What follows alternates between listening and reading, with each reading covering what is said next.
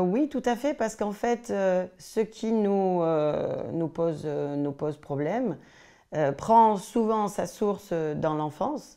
Et l'enfant, dans les premières années de sa vie, s'est retrouvé coincé dans certaines situations vécues. Il n'a pas la connaissance, il n'a pas la maturité. Donc lui, il se dit, ben, je suis quelqu'un de bien, pourquoi je vis ça, pourquoi il se passe ça.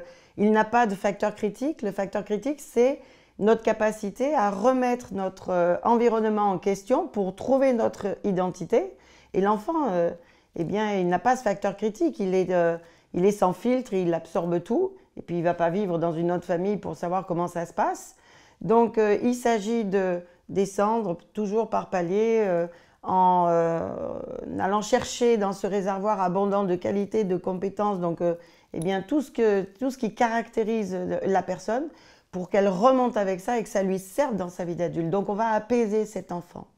Je n'ai pas connu dans ma clientèle de personnes qui ont eu du mal à gérer cela, pour la bonne et simple raison que j'avance à son rythme, à sa vitesse, en respectant sa personnalité, ses valeurs.